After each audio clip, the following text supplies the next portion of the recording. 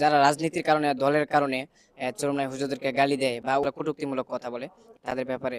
আপনার প্রশ্নের উত্তরটা সরাসরি হাদিসে পাক থেকে খুঁজে পাওয়া যায়।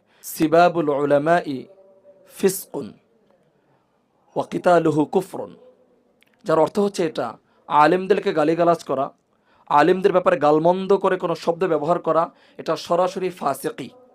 আর কোনো ব্যক্তি যখন ফাসিক হয়ে যায়, তাকে অবশ্যই তওবা করে সেই গুনাহের পথ পরিহার করে ইসলাহের পথে আসা তার জন্য একান্ত জরুরি। ইসলামী শরীয়ত একজন সাধারণ মানুষকে গালিগালাজ করাও চরম পর্যায়ের গর্হিত কাজ, হারাম কাজ।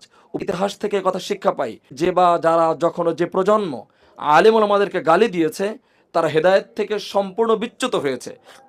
এবং রাসূল আকরাম সাল্লাল্লাহু আলাইহি ওয়াসাল্লাম কিয়ামতের আলামত সংক্রান্ত এক লম্বা হাদিসের শেষ অংশে বলেছেন, যখন দেখবা যে পরবর্তী প্রজন্ম পূর্বেকার ওলামায়ে উম্মতদেরকে গালিগালাজ করে, বুঝে নিও কিয়ামত অতি সন্নিকটে এবং কিয়ামত অতি নিকটবর্তী।